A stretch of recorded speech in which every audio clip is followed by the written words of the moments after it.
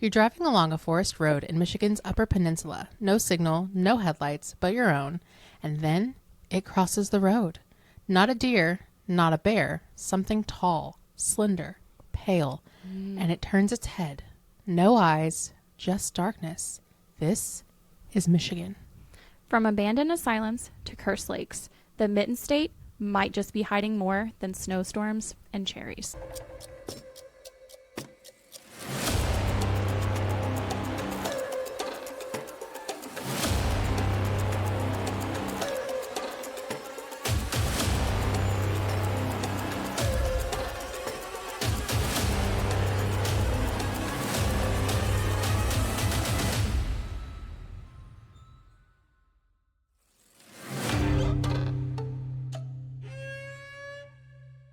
Welcome back to the Afterlife Hotline, where your weirdness is always welcome. And your hauntings always get return calls. I'm Ashley. And I'm Denisha. And today we're taking you on a ghost-infested road trip through Paranormal Michigan. Fleshwalkers, lake monsters, UFOs, haunted prisons. The state has it all.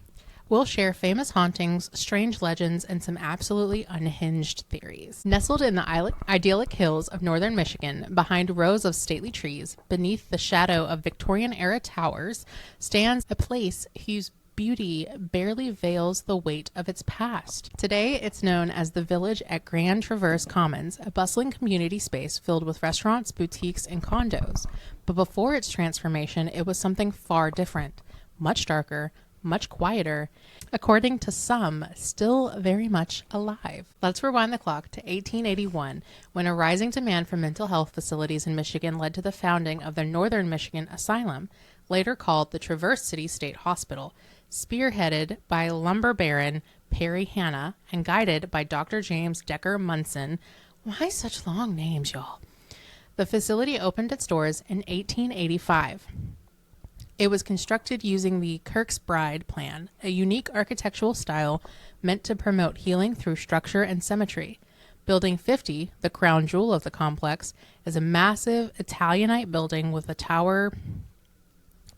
high towers and dormered roofs. It's beautiful and haunting, the kind of place where sunlight feels out of place. Oh. So this is a very Victorian I need to see this castle place. type. Unlike any other asylum of its time, Dr. Munson was a progressive. He believed in beauty as therapy. No restraints, no straitjackets. Instead, he used flower gardens, music, and fresh air to treat his patients. Shoot, all places should do that. Work was also therapy. Okay. Farming, canning, and carpentry.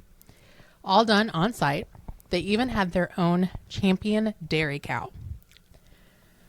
Did they give a name? Calanthea Walker, who is buried on the property to this day. But no amount of flowers can cleanse the heavy echoes of human suffering. By the mid-20th century, mental health philosophies had shifted. The facility saw overcrowding, changes in law and practices meant fewer patients, and with that, the slow death of the hospital itself. It officially closed in 1989, and what was left behind? A skeleton of a brick and shadow. And this is where the story really begins. Many who have explored the abandoned tunnels and forgotten wings of Building 50 report strange sensations, like being watched, cold spots, apparitions, disembodied voices whispering from locked rooms. Some former staff claim to hear the sounds of footsteps pacing in the attic at night when no one was up there. A local tour guide once said he was walking past one of the restored cottages when he saw a woman in 1920 era's nursing attire staring at him from the window. The building was unoccupied at the time. Others have described children's laughter echoing down the hallways, but there were never any children at the hospital. Some say the spirit of Dr. Munson himself still roamed the halls, watching over the gardens he so carefully cultivated. Oh. A protective sense, perhaps, but not all of them feel so kind.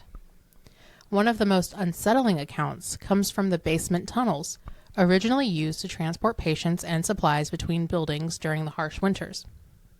Today, they are a hotspot for ghost hunters. Many report malfunctioning electronics, battery drain, and even the feeling of being physically touched. One investigator said she felt a hand tug her jacket, but no one was behind her. Don't even get me started, though, on the dairy cow's grave.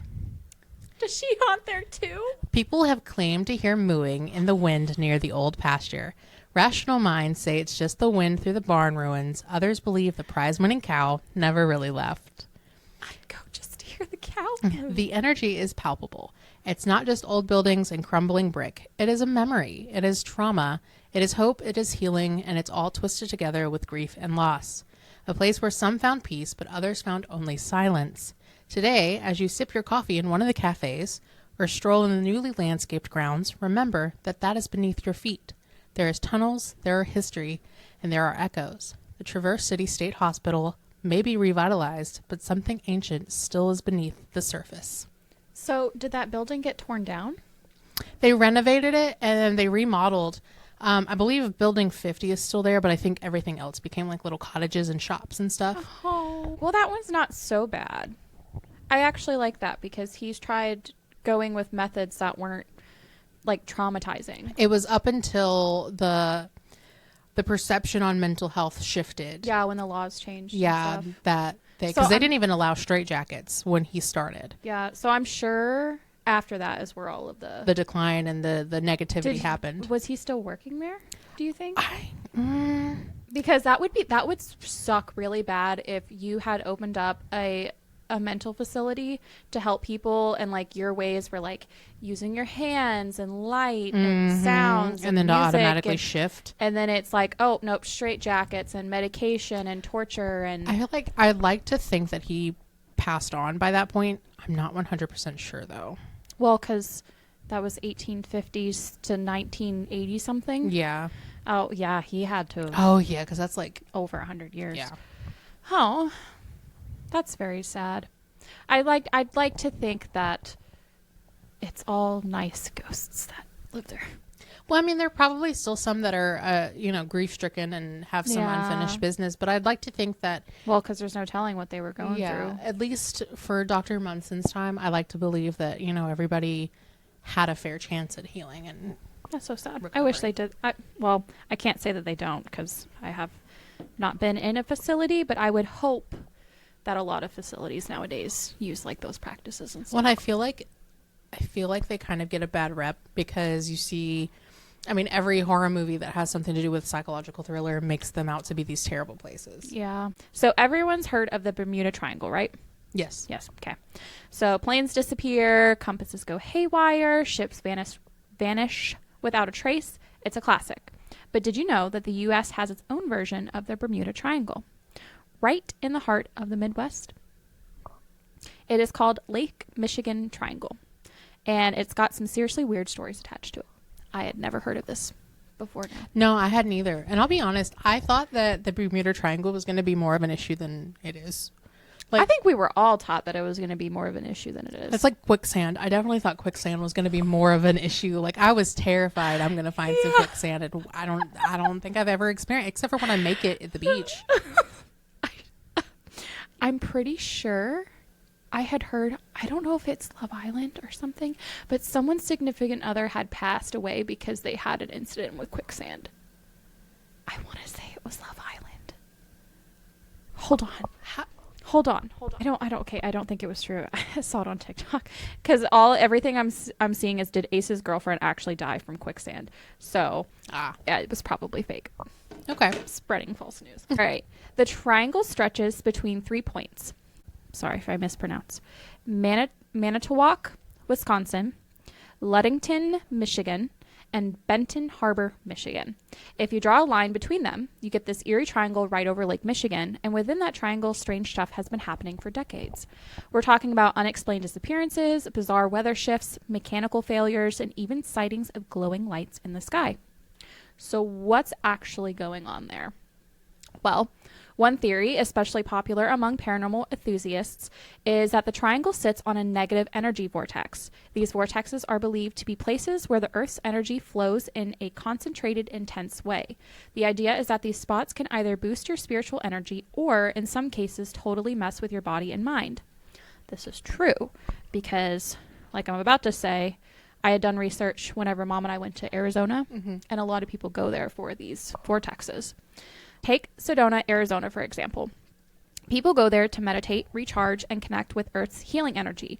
But what if there's a darker version of that? A negative vortex that creates confusion, electronic interference, or even opens up some kind of doorway to who knows where.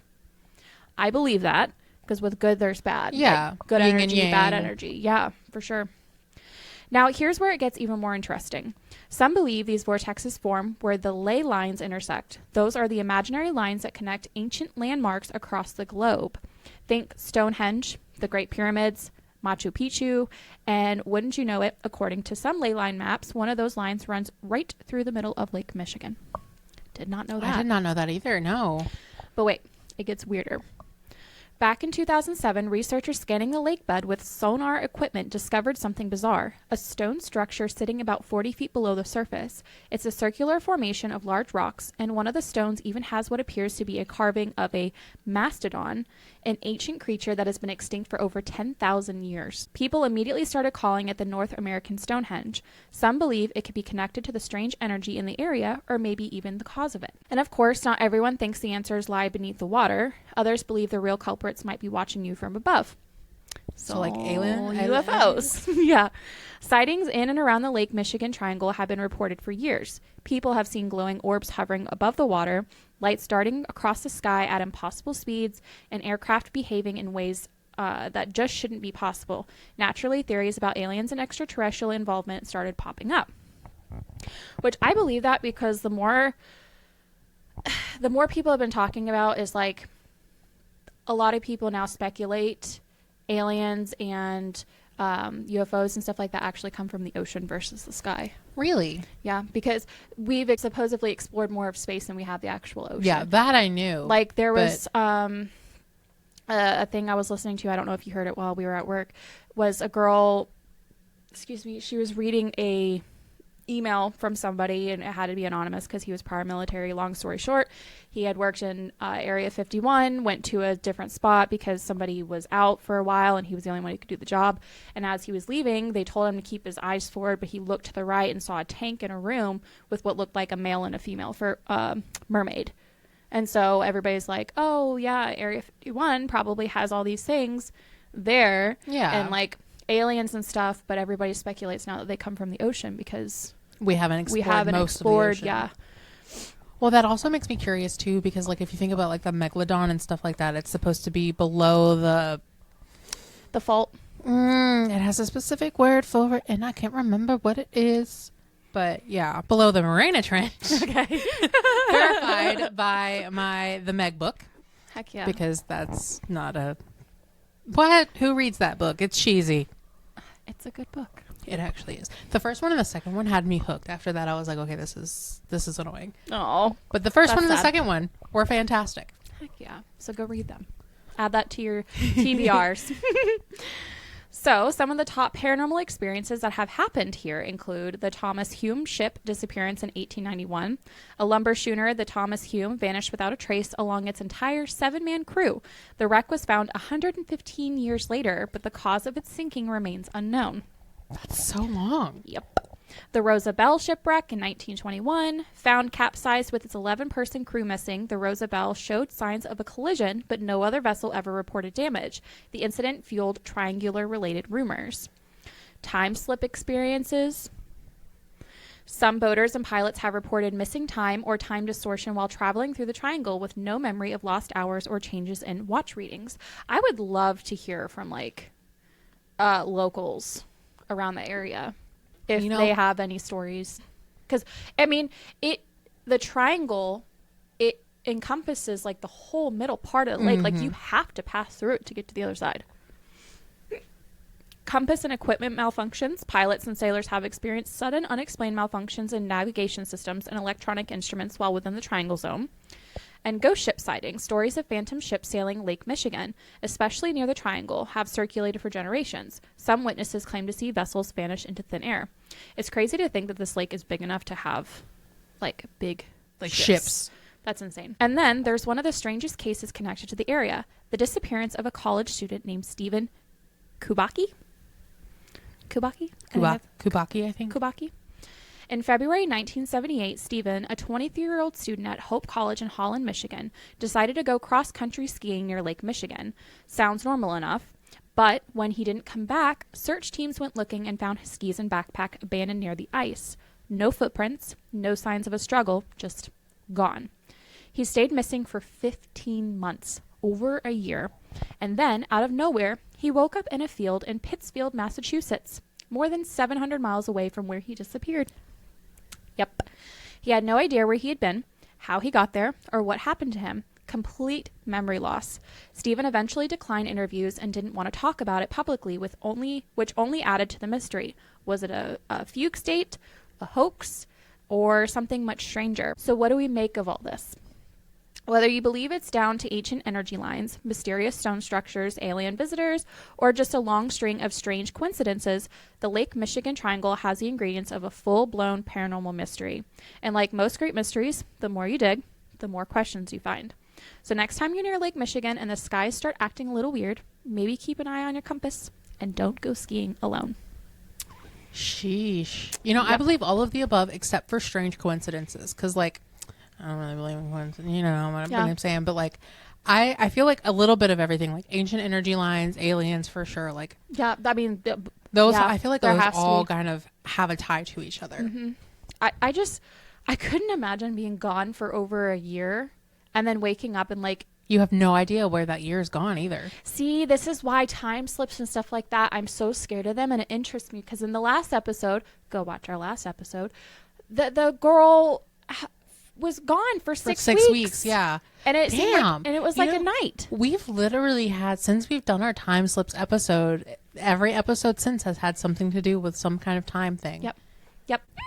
Well, since we've talked about Lake Michigan, I want to bring us to just outside of Detroit, in a quiet city of the it's not wetland, snot, in a quiet city of Westland.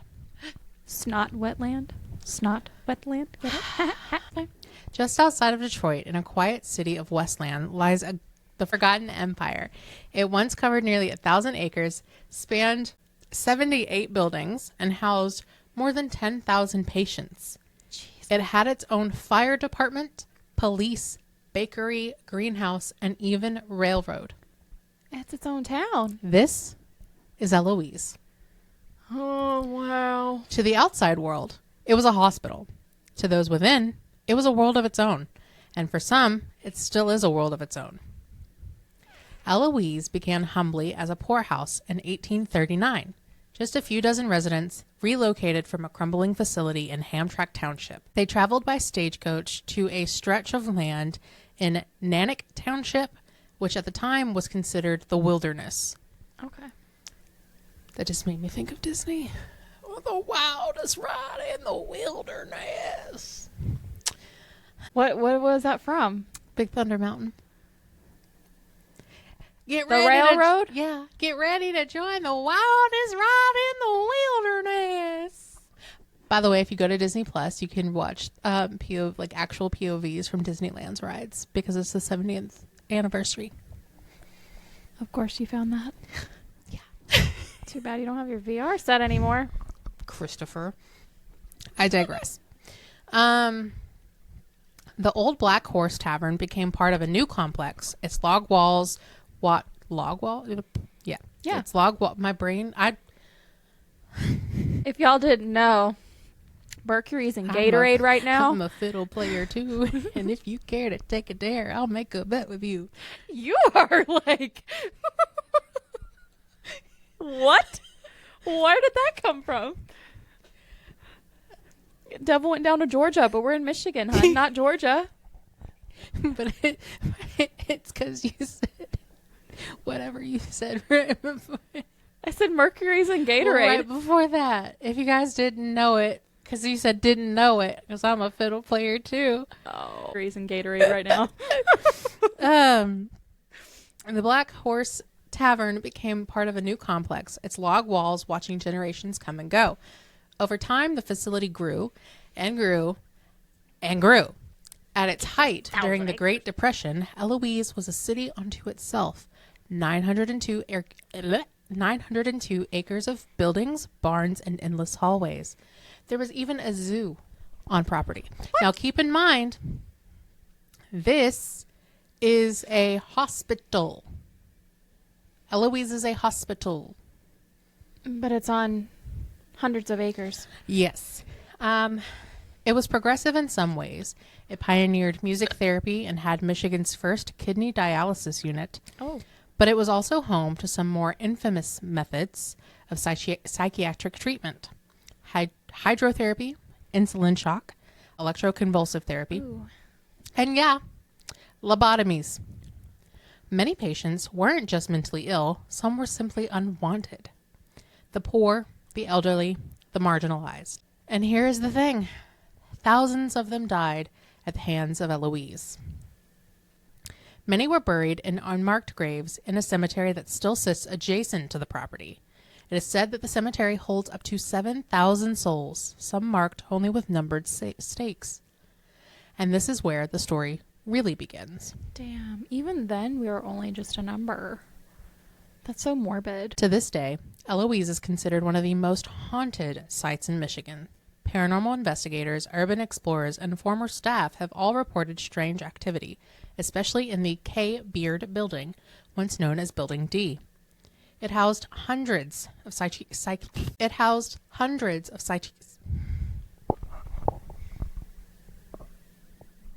pterodactyl.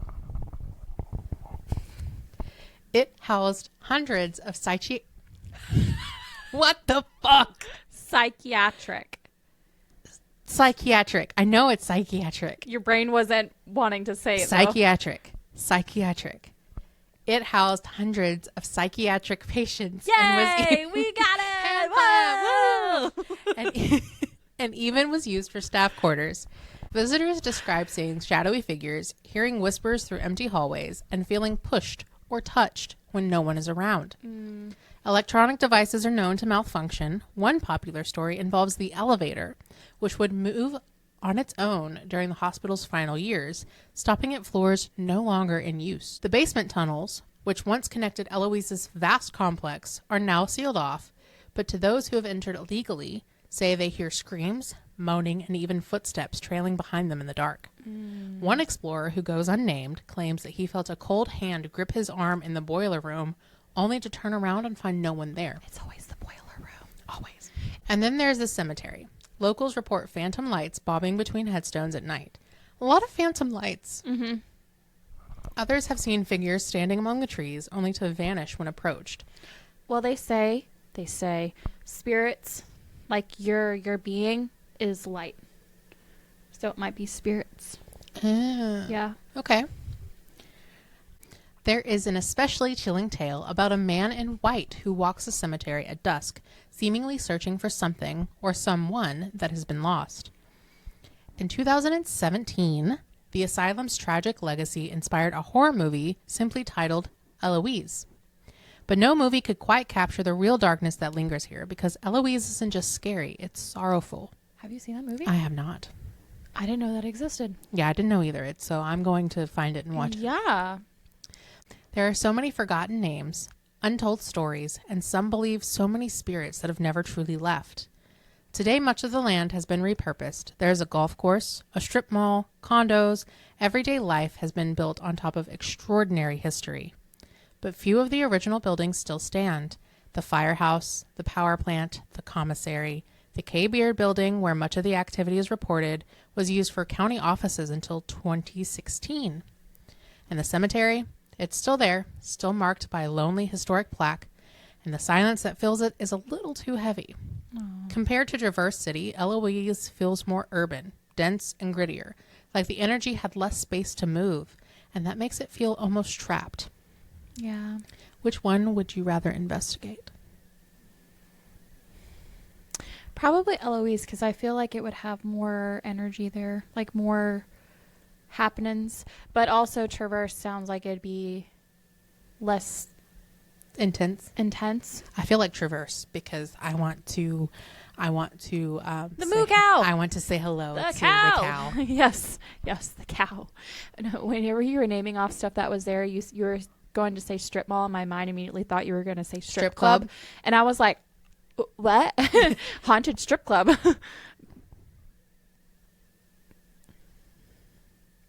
Take it away. So now that we talked about some haunted places, we have some cryptids / they're not cryptids.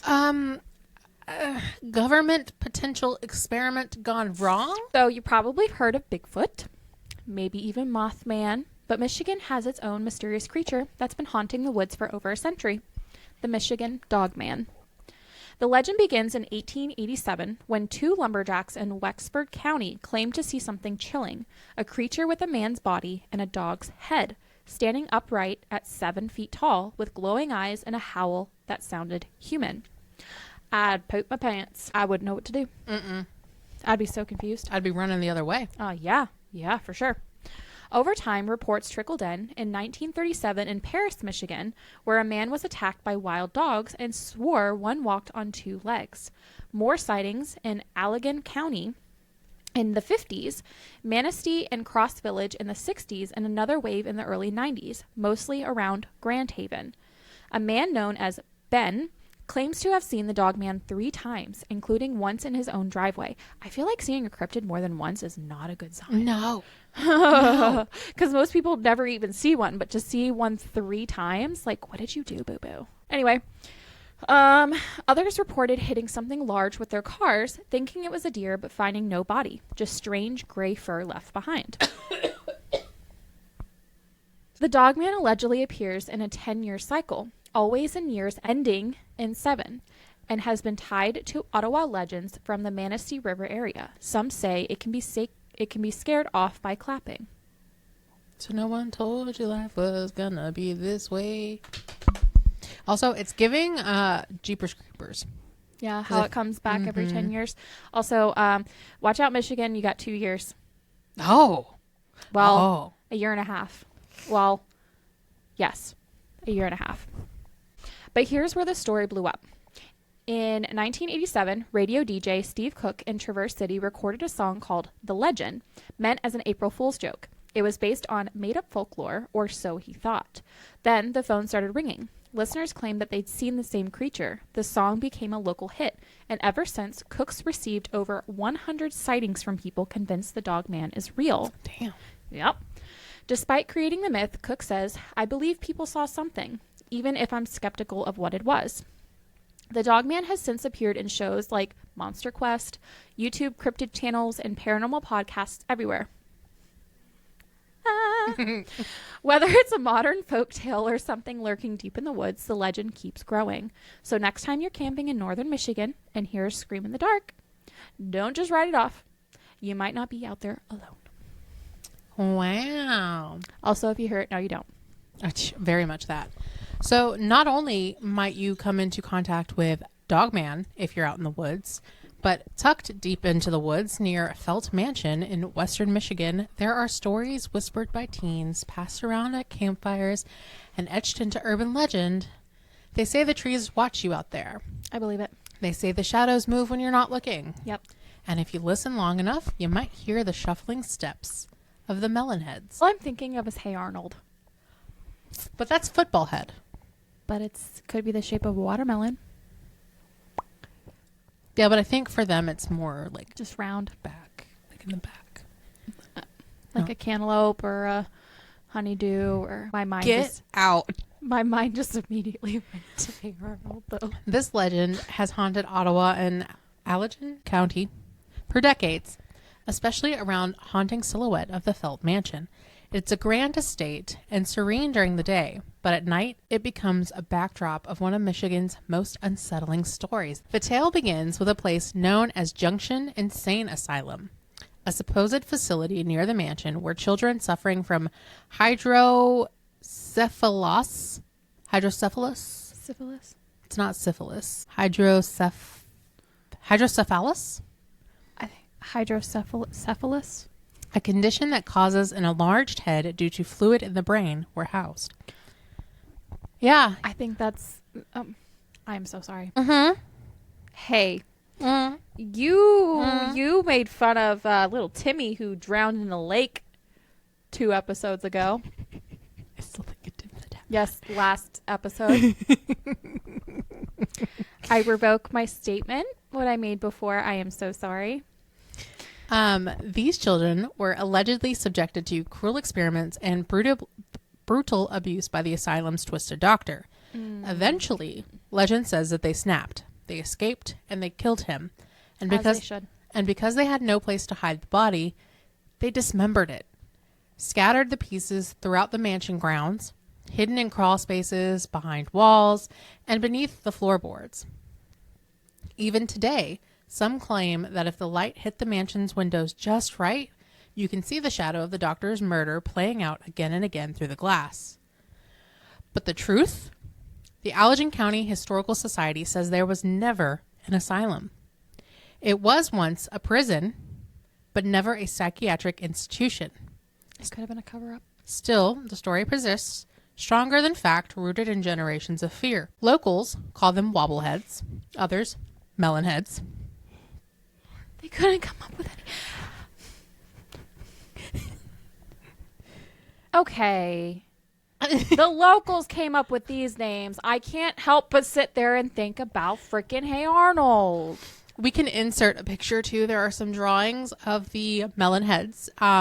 And editing Ashley could put a comparison of Arnold if she wants to. Come on, Michigan. You're making it very hard, okay? They're said to still live in the forests nearby, feral, hunched, and watching. Some legends even say that they retreated into a network of underground tunnels and caves, leftovers from an abandoned zoo carved into a nearby hillside. We're going to have to do an episode on tunnels. Yeah. Yeah, because there's so many. Both of the asylums that I had previously talked about have tunnels.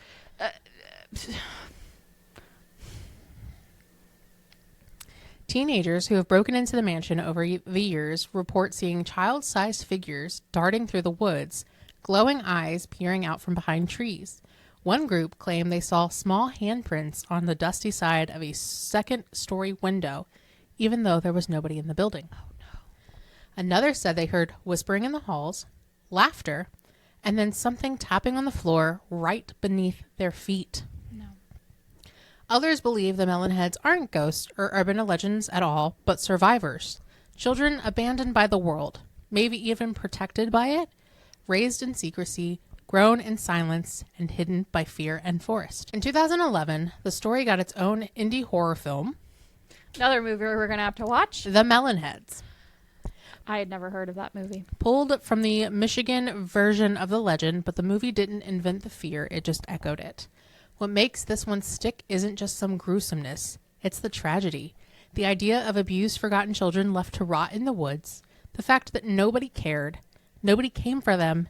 And maybe they're still waiting for somebody. Oh. So if you ever find yourself near Felt Mansion after dark, don't go wandering off the trail.